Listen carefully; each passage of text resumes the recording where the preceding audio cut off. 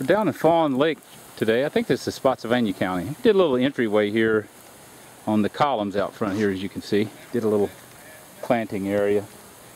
And we got a fruit basket statuary piece coming for that corner right there, lighted on that corner. It looks real nice. So I do a little annuals out here because it needs some color. Not a lot of color out here. We also doing, we did that big fountain right there in front of this house. Set it up on a disappearing fountain system. We'll take a walk up there and kind of show you that. In the back of this house, we also did a water garden, about a 40-foot long stream, and we'll show you that on the video here today too. As we get closer to this fountain, the great thing about these disappearing fountain systems, this fountain will be virtually maintenance-free. We put an automatic fill device on it. Winterization will be easy. We actually put threaded copper pipes in there, and that will, you just unscrew those, and the water will drain out. So this is the fountain system right here. It's called the Goblet Urn Fountain. 3 large urns, water pluming out of the top, stone base, and everything is hidden down underneath the reservoirs down underneath the stones. So now we'll take you to the back and show you the water garden. This homeowner's had extensive work here, done here. This has all been sodded. It was I think at one time, maybe a road through there.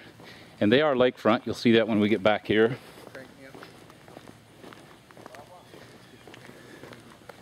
Archway through to the backyard.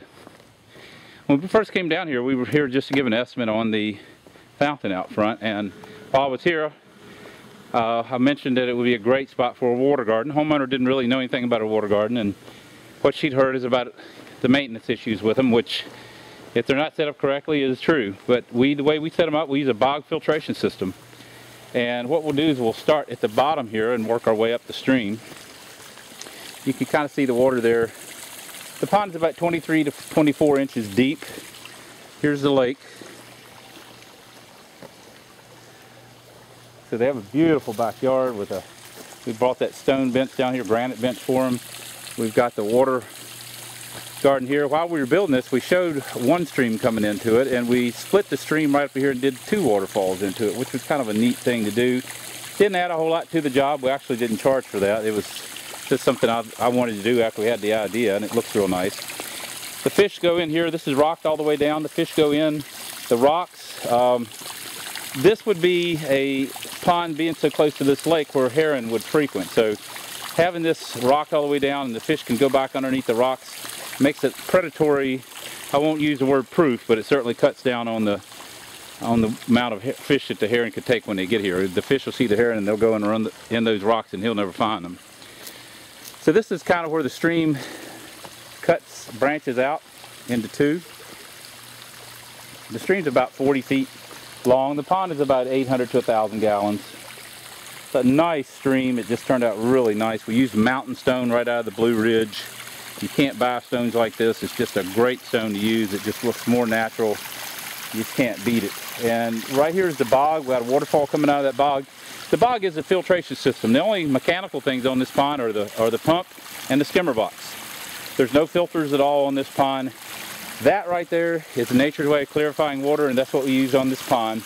That'll keep the water completely clear. Now it won't stop string algae, but your water will stay clear, and that's the #1 problem and complaint that people have when they have garden ponds. So this bog looks natural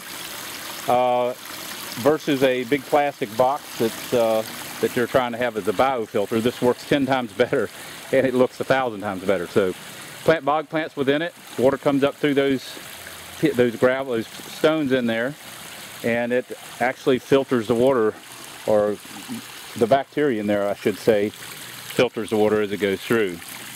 This is the stream going down. Little slab bridge we put there. That wasn't in the plans either when we were building it.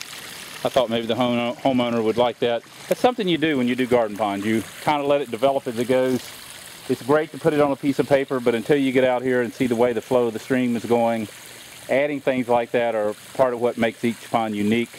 It makes it fun to do, using the creative part of building a pond. That's always the fun part.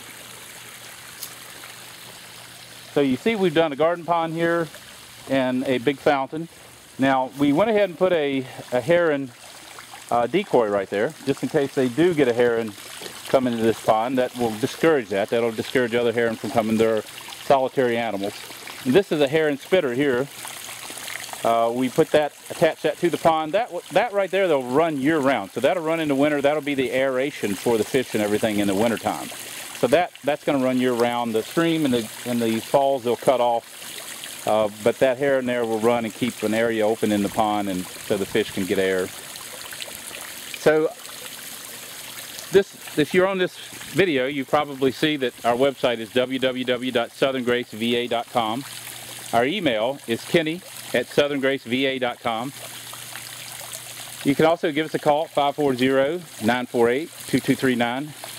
We do water gardens and water features of all kinds and all varieties, things that we build ourselves, custom build. So anything that you want, or if you want one that's made already, we can come and hook it up for you too. So give us a call or email. Thanks a lot.